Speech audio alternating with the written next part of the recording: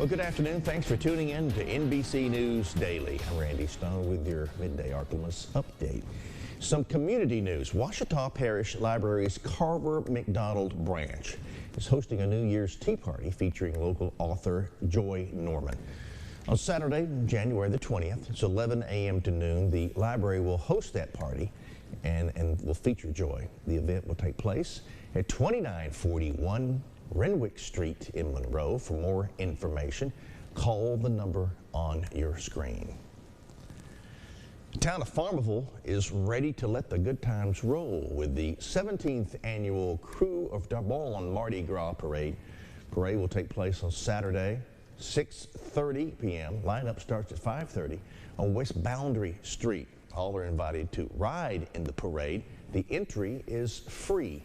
You can bring friends, family, and participate in festival vibes for a night of music, laughter, and floats.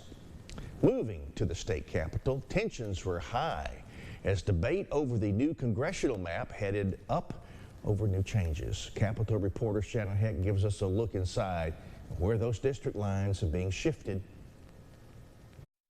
In a House committee today, new amendments were added onto the congressional map that is supported by the governor, and it raised a lot of concerns by lawmakers across the state. Debate on SB 8 by Senator Glenn Womack was delayed for hours, and a new amendment dropped shifting around districts once again. Members of the East Baton Rouge delegation raised concerns as the parish is now split between 3 congressmen. It's unclear to me what the motivation of offering this amendment is, other than political reasons.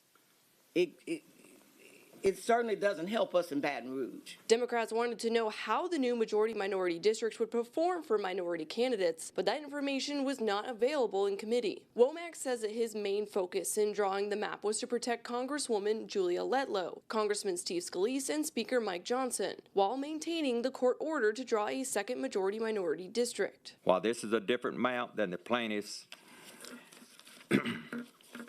litigation have proposed, this is the only map I reviewed that accomplishes the political goals I believe are important for my district, for Louisiana, and for the country. Some felt the new changes were unnecessary. Representative Marcel made claims that the amended map is less compact than the original map facing the legal challenge. Despite hours of debate on the amendment changes, there was no objection to them being added on.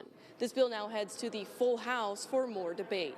For your local election headquarters, I'm Shannon Hecht. And now, Storm Tracker Doppler weather with meteorologist Chase Ward.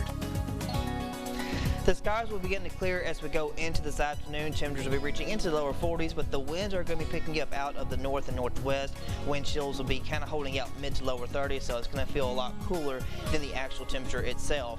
Overnight tonight, temperatures will be dropping down to the lower 20s, and we could even hit the upper teens, around 18, 19 degrees for our lows tonight. And of course, wind chills will no doubt be an issue for the overnight hours going into early tomorrow morning. The cold and dry air mass will stay in place that much of this weekend, and it's going to be clear and just downright chilly. Temperatures will still reach the teens each night through the weekend. Expecting a low about 19 degrees for Monroe tonight. Winds will be out of the north blowing about 10 miles per hour. And then for tomorrow, not much of a warm up at all. We'll stay mainly mid-30s, and parts of South Arkansas will stay in the lower 30s for daytime highs. But as we look ahead into next week, temperatures, they're going to be warming up and actually reach above average. But on top of that, we do have the return of showers and thunderstorms thanks to a series of disturbances that will really make rainfall last throughout the bulk of next week. We could potentially have some minor flooding issues, especially in low spots, with the anticipated rainfall we'll see each day. Temperatures warming up to the lower 60s on Wednesday, and then we'll reach into the mid-upper 50s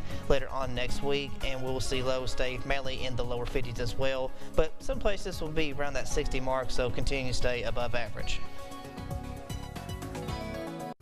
Well, that is it for our midday update. NBC News Daily will continue now. Meantime, keep it here for changing weather. Take care of your pets. Check on those neighbors. Have a good weekend. God bless you.